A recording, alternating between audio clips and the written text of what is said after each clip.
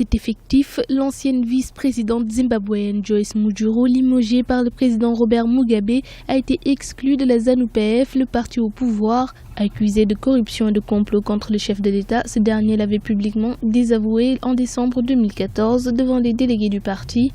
Joyce Mujuru est l'une des figures emblématiques de la ZANU-PF. Elle a été longtemps considérée comme probable héritière de Robert Mugabe. Joyce Mujuru, elle fait partie de la ZANU-PF, elle est dans la lutte depuis les années 70. Elle a rejoint la ZANU-PF relativement jeune. Elle a participé à la guerre de libération. Elle était dans les cabinets ministériels au moment de l'indépendance. Elle a occupé un certain nombre de fonctions gouvernementales jusqu'à donc être vice-présidente.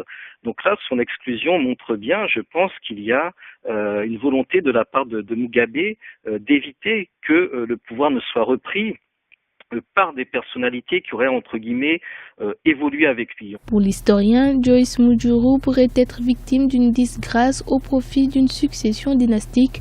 En effet, la première dame, Grace Mugabe, qui dirige la direction de la puissante Ligue féminine de la ZANU-PF, nourrit également l'ambition de diriger le Zimbabwe, allant jusqu'à se mettre en campagne contre l'ancienne vice-présidente. Il ne faut pas oublier que Joyce Mujuru a été virée parce qu'elle était accusée de corruption, de complot d'assassinat. Donc on rentre un peu dans cette dynamique du complot qui permet à des régimes comme celui de Mugabe d'écarter des personnes qui seraient susceptibles de leur succéder. Après, le cas est quand même assez particulier parce que dans d'autres cas, ce sont souvent des successions un peu dynastiques. On met en avant le fils ou la fille. Et là, Joyce Mujuru est très clairement mise de côté.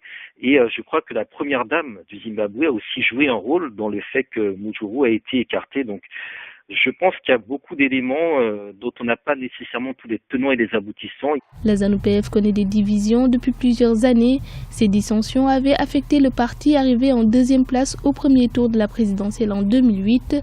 À 4 ans des prochaines échéances et aux avis de plusieurs spécialistes concernant la capacité de Robert Mugabe à se représenter à la présidentielle, les tensions risquent de coûter cher à la formation politique.